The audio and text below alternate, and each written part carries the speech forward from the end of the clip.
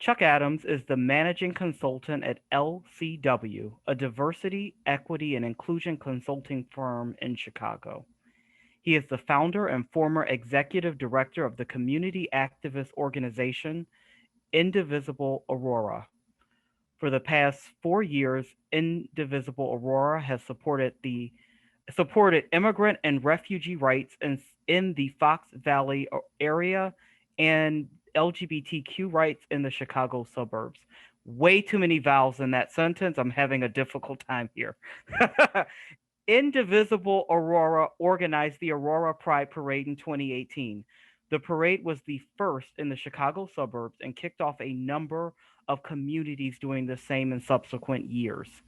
In 2019, Indivisible Aurora was awarded the Community Leadership Award by HRC Chicago and was named one of the parade marshals of the 2019 Chicago Pride Parade.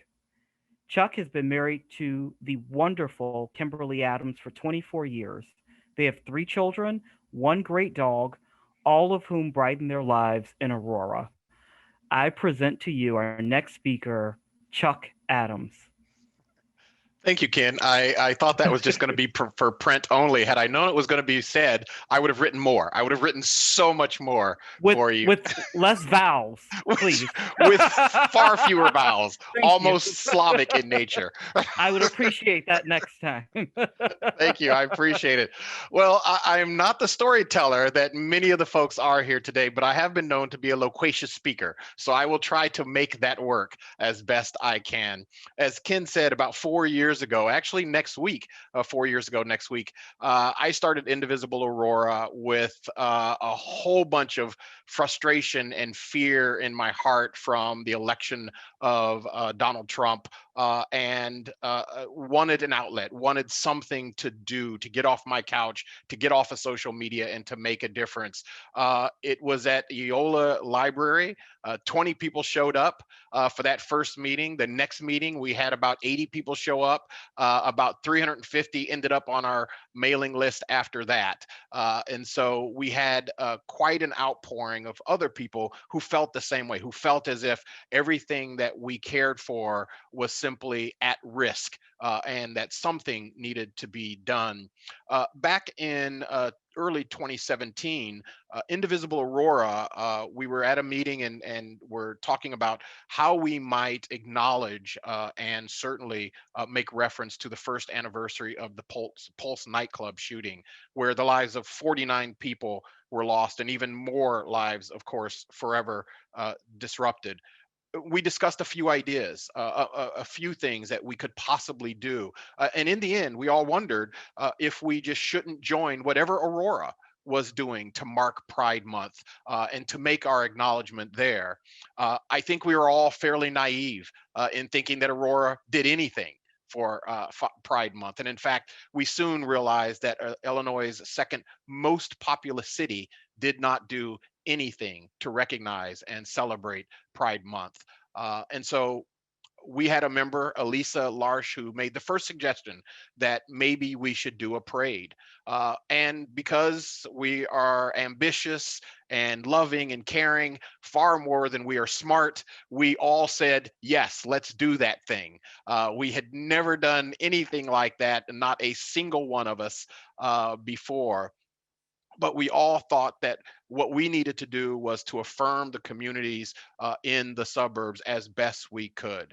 We were told by everyone, quite frankly, that it couldn't be done.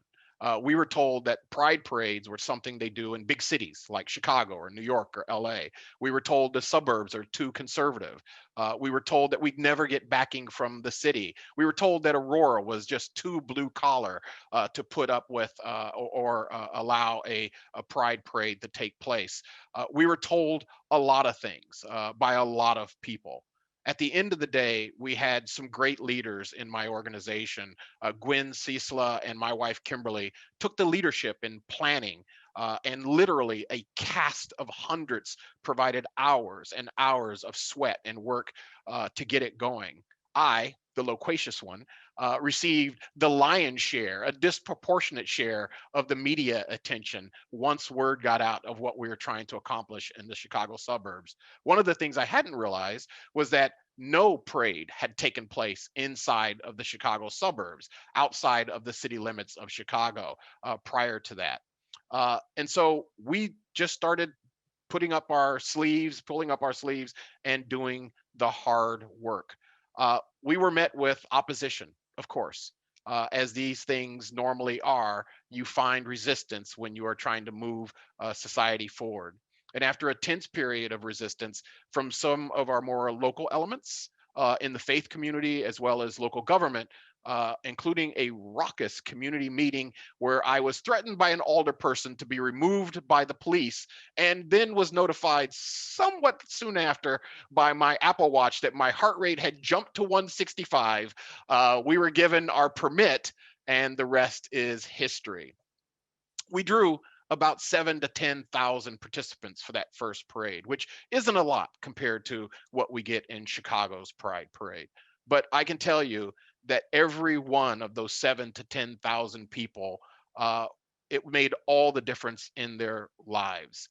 As I stood next to the mayor, he looked to me in the middle of a sea of rainbow flags as far as the eye could see to either side of the street.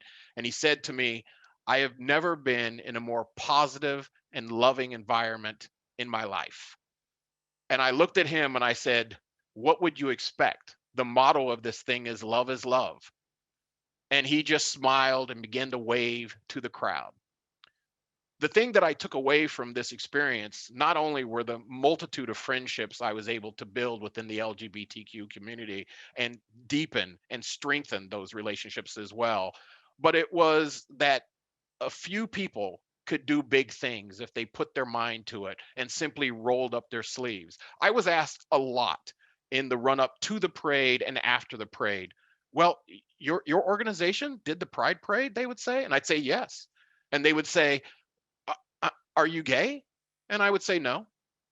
"Uh, Are one of your kids gay? And I would say no. And they would go, I don't understand. And I would say, you don't have to belong to a tribe to care about that tribe, that this is all of our fight. The most important thing that I love about this experience, I adore about this experience, that I carry with me to this day, is that once we showed it could be done, some 20 plus communities in the suburbs, some 20 plus communities in the suburbs held some kind of celebration the following Pride Month, be it a parade like Buffalo Grove, or something like a gathering in the park. All of these communities decided that they too wanted to affirm their LGBTQ community, to tell them that they are in fact loved as well. And of course, we got the Human Rights Campaign award, which I have here. I keep it right next to my desk, actually. And it's a thing of pride for me. It's a community equality award, and I love it dearly. But I also can tell you that one of the things that I hold just as dear is a letter that I got from someone who was a Chicago suburb. And I'm not going to read it all to you, but they said, they talked about how they lived in Chicago now, but they were born in Aurora, that they consider Aurora home. And they talked about how Aurora would hold a special place in their heart. And they said, for this reason, I was so thrilled to attend the parade with my mom and my partner, Scott. I felt and have never been prouder of my hometown. This was truly a monumental event, and Indivisible Aurora's role will be etched in the city's history forever. I soon got a note after the parade, and it was just the sweetest note on Facebook. And it was a young man who said, I have lived in Aurora for 6 years, and not once have I felt comfortable walking down the street with my hand in my partner's hand until today. And for that, I thank you. And I thank Indivisible Aurora for the work that you do. I can't take much of the credit.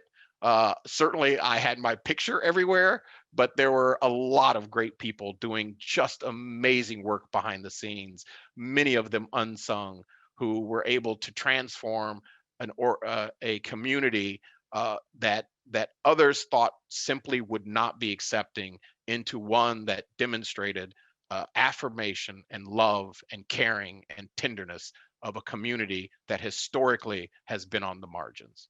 And so I share with you that story, and I hope that you will come to whatever Pride celebration in whatever form takes place in Aurora and also in your local communities. Thank you.